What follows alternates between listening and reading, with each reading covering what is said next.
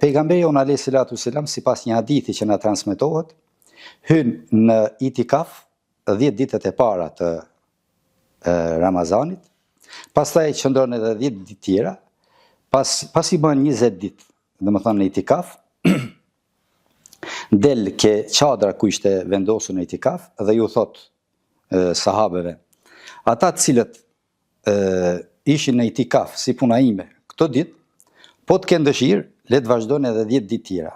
Po të kenë dëshirë, mund të dalin nga itikafi, sepse më erdhi Gjebraili alayhis salam dhe më njoftoi se nata e Kadrit është e fshehur në netët teke të 10 ditësh të fundit të muajit të Ramazanit.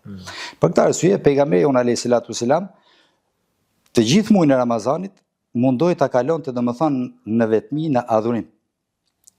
Jo vetëm adhurimin e agjerimit të muajit të Ramazanit, por edhe me adhurime tjera. Falja e namazit me xhamat, shtimi i namazve nafile, namazi i teravis, zikri, leximi i Kuranit, edhe vepra të panumërta bamirësie.